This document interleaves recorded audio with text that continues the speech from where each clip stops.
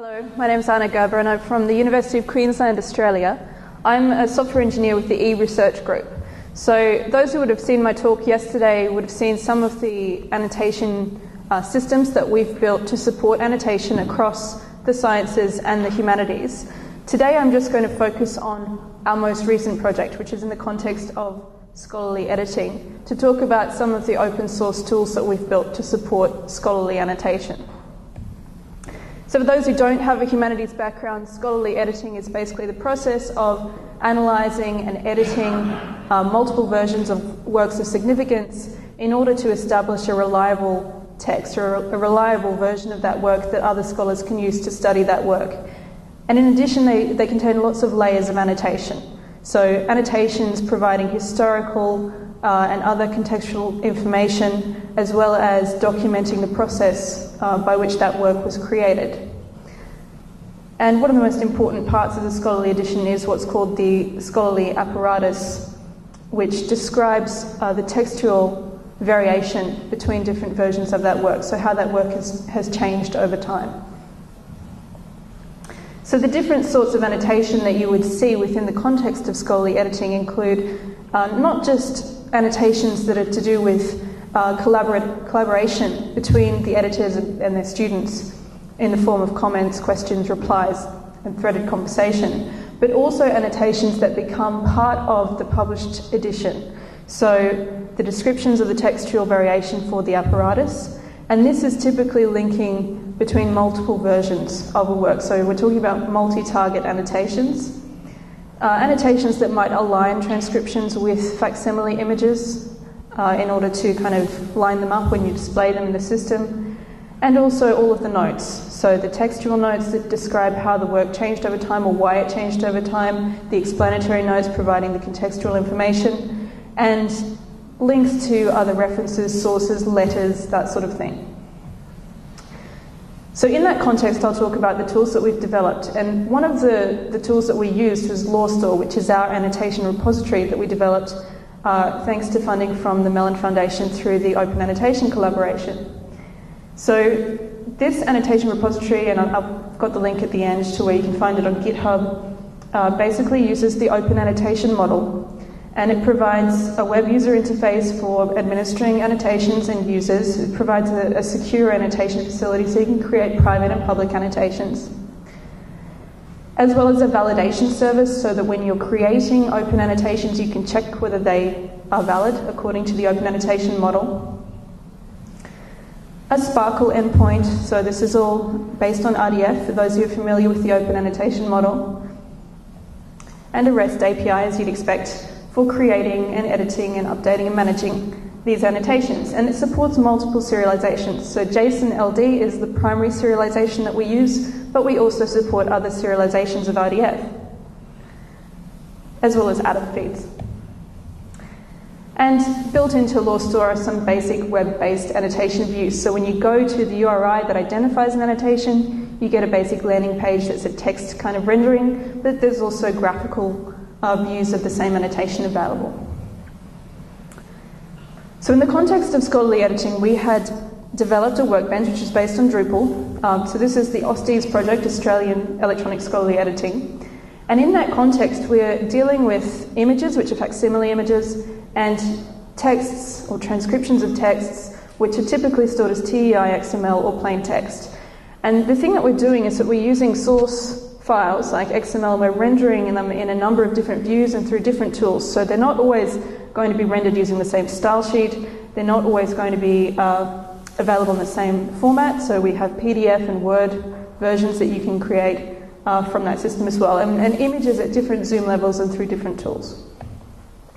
So some of the challenges here were to support not only all the types of annotation that were required, but also to be able to display or migrate annotations across these different formats, to allow annotation while the transcriptions are still being corrected, so dealing with that kind of dynamic content, and also displaying potentially annotations that are created on one version of a transcription onto another version. So this is not just in the case of basic editing, this is where we're talking about a manuscript version of a work which might be significantly different to a published version large sections of text might have been removed or transposed. And also we wanted to be able to restrict annotation to just certain parts of the pages within the site. So for the purposes of this project, we decided to adopt the Annotator framework. We already had our own annotation tool, which you'll see at the end, that we'd written as a Firefox extension, but we really wanted to try using Annotator. So we extended that with our own set of plugins. Now the first one was a plugin that basically added support for the Open Annotation model, and it talks to our Open Annotation law store server. So it supports JSON LD for talking to that server. But then we also needed image annotation, as you can see here. So we added an image plugin. At the time, I don't think Annotatorius was available, or it wasn't finished yet, so we developed our own, unfortunately, which was very similar to what Annotatorius does. We also added support for calculating character offsets for text selections, because one of the things with migrating annotations across versions was that we needed to kind of implement a fuzzy matching sort of an algorithm so that we could easily move those annotations if the text changed or if the versions were slightly different. So again, this is very similar to work that Hypothesis has been doing. We also developed a motivations plugin, which is based on the idea that we had all these different types of annotations, and this is coming out of the OA model. So we extended the basic idea of motivation to deal with textual notes, explanatory notes, etc. And we basically added a plugin for Annotator that adds a field, which is a drop-down list, which is customizable to be able to attach those motivations to annotations. So for something like the explanatory note that we saw just there, this is how it would be represented in the Open Annotation model within our system. So you can see we've got an annotation with a body and a target, and we have a selector there, which in the Open Annotation model is about talking about the segment of the page that we're interested in. And in our case, we've used a combination of 3 different selectors. This allows us to do that fuzzy matching. So we've got an XPath, which we can use if we're working with exactly the same version that's unmodified. That's from the TEI XML. But then we've also got text offsets, and we've got prefix and suffix information so that we can perform that fuzzy matching if we need to. One of the other things that was really important for us was discussion and replies. So we added a reply plugin for Annotator, which basically allows a single level of discussion. We had actually had sort of threaded annotation in our previous tool, but our users found that a little bit too much to deal with, and they actually asked us to simplify it down to just a single level of discussion. So that's what we gave them. And this is the model for replies. You're basically annotating annotations through Annotator. And that's what the RDF looks like. So this is our image plugin, as I mentioned, that we developed. We had to fork Annotator at the time to add some of the support we needed for images. Annotatorius has managed to add that support without forking Annotator, so we may well move to using Annotatorius in the future. So how do you use our plugins? Well, basically you use them like any other Annotator plugin. So we actually modified our version of Annotator a little bit as well to support multiple instances of the Annotator plugin on our pages, and this allowed us to actually attach Annotator only to certain regions in the page. So the reason we did this was so that people couldn't annotate things like the site menus, they could only annotate the transcriptions and the images. And so that when we had views that had, say, multiple images or multiple texts, we'd know very clearly which text they were annotating. So this is how we add Annotator, and you can see you can customize the list of motivations by adding some configuration when you create the annotation. Because we were using Drupal, we also integrated Annotator and these plugins into Drupal using a Drupal module, and it basically loads Annotator and injects it into every page or into all of the elements on the pages that deal with transcriptions and images.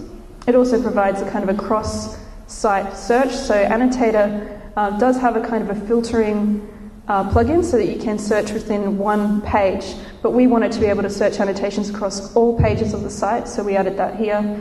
And this also handles things like adding HTML5 data attributes to our elements so that our Annotator script knows which elements to attach to and what underlying resources we're actually talking about there, because as I said, we're rendering things into HTML from underlying TEI, XML and other resources.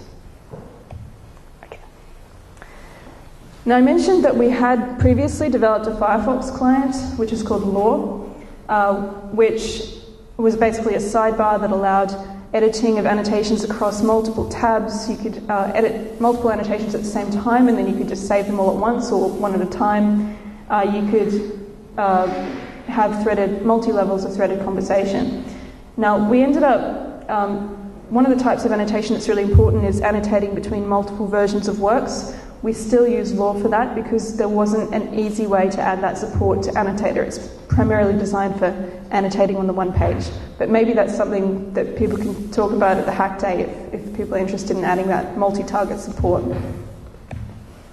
So all of our code, as I said, open source, available on GitHub. You can find it here. So thank you. Any questions?